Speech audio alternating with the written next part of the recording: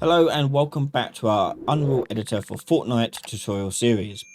In the last episode, which was the first episode, we had a getting started, quick look at the editor and seeing what kind of options are available to us. In this episode, I want to go through the island settings on how to use these island settings, how to manipulate them to create your own custom game types. And in this episode, you're going to see the start of what you can make is a King of the Hill game type. So let's get started and take a look at that. So to get started customizing your own game modes inside of your island in Unreal Editor for Fortnite, you have to understand some of the terminology that's being used. So things that you place inside your scene are called devices, and these devices have loads of configurations and a lot of options you can turn off and on to change how they behave in the game. Now, one of these devices is the overall settings for the island, and this contains a lot about how the game actually flows when you're actually playing it. And this is called island settings.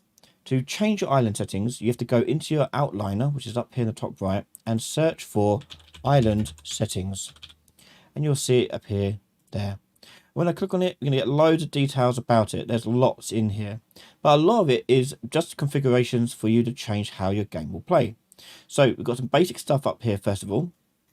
This is talking about like how voice chat's going to work.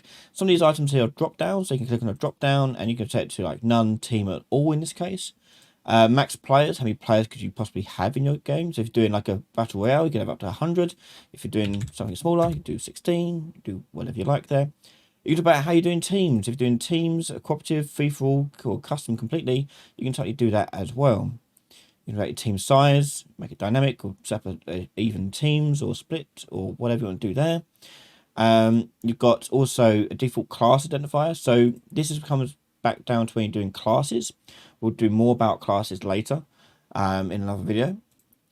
And if you keep going down this, you'll see loads more options about how you actually want your game to play. So here you can set up things like rounds, timings, things like win conditions. You can set up all these sorts of things quite easy by just going down this list and ticking them off and on. And for the most part, if you hover your mouse over each part, you can see what they are doing. So in other words, this game win condition determines the overall win condition for the game. Most round wins means the victory is achieved by winning the most rounds. Most score wins, victory is achieved by having the highest score across all rounds. So you can change these settings here to create any type of game mode you like.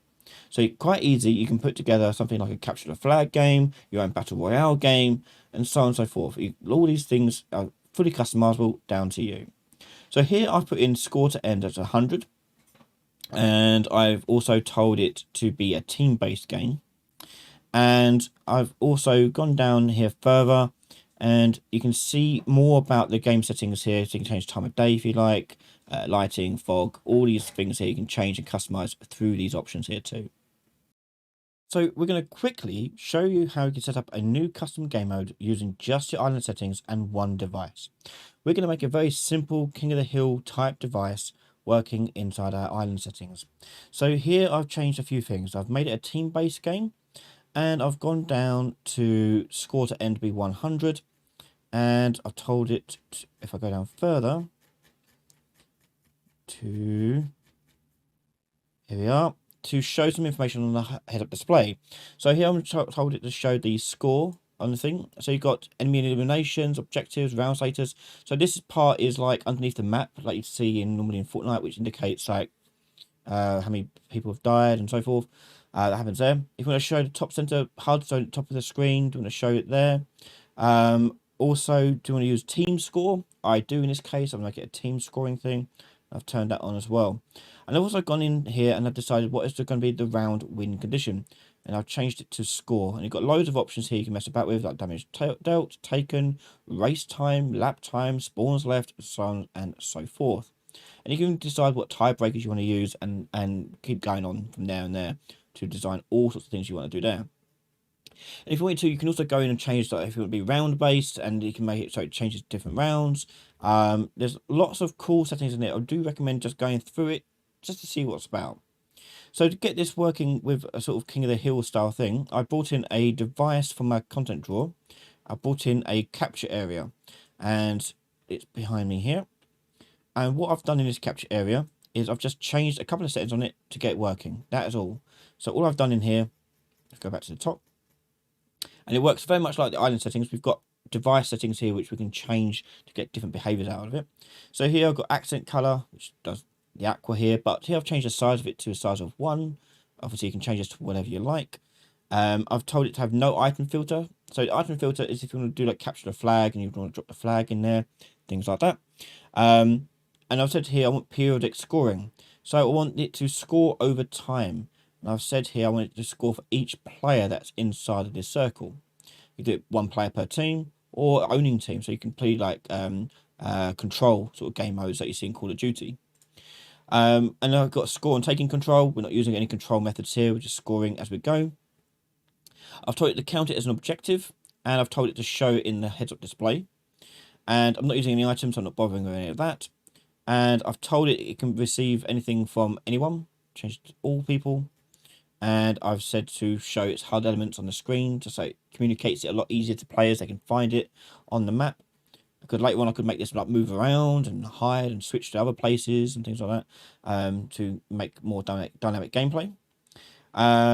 And also got here display score update on HUD. So every time you're inside the circle, it will shout out the message score and give us some colors and output that number. Now there's lots of other little settings you can tweak here if you want to get really detailed on it. So for example, if I can find it, so periodic scoring time is here set to 1. So that means every 1 second I'm inside that circle, I'm going to get 1 point. So that value there. So you can customize these too. But let's go ahead and start the game. And I've brought it over here on my other screen here. Okay, so here I am inside the Fortnite game. And you can start it, by the way, in the game here. Because currently this is edit mode. But if you want to mess about with this, all you have to do is push escape. And push start game. And that'll start the game. And I can run over to my King of the Hill. You can see there I've got a goal at the top there saying 100 score is the goal. I've got a team 1, team 2. I'm obviously in team 1. And I can go over to here, find my capture area. You see the badge there, A. I can walk into it and now I'm scoring. That's 1 score, 2, 3. And you can see the bar filling up at the top. You can see the score going up. And hey presto, I've got a King of the Hill type game mode all ready to go. And it is that quick and simple to get your own custom games running inside Fortnite.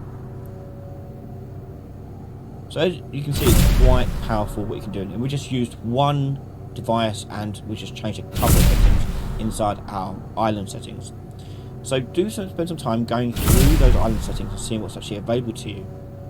You'd be surprised at what you can achieve just by scaling through and seeing what kind of options have been laid out for you.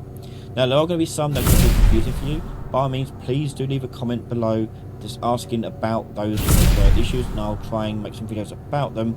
As there's quite a lot in here, I don't want to go making videos for every single option, but if I can bring out the ones that are causing people the most trouble, do just let me know and we'll go from there. We're going to keep standing in here until we win and see what happens, as it should be the end of the win condition. So by default, you have the Fortnite build controls in here. In the island settings, you can also turn that off, so you can't build, for example. You have to collect resources, or you start with weapons. You can change all of that stuff in those island settings. It's quite detailed. There's quite a lot in it, so do make sure you do spend some time looking at it. It'll probably set up exactly what you want to do here in terms of the player character and how they're set up. So we've got only like 6 more seconds left here, so we'll wait for that to finish. And there we go. Game over. We win. Okay, we're now back in to our edit mode.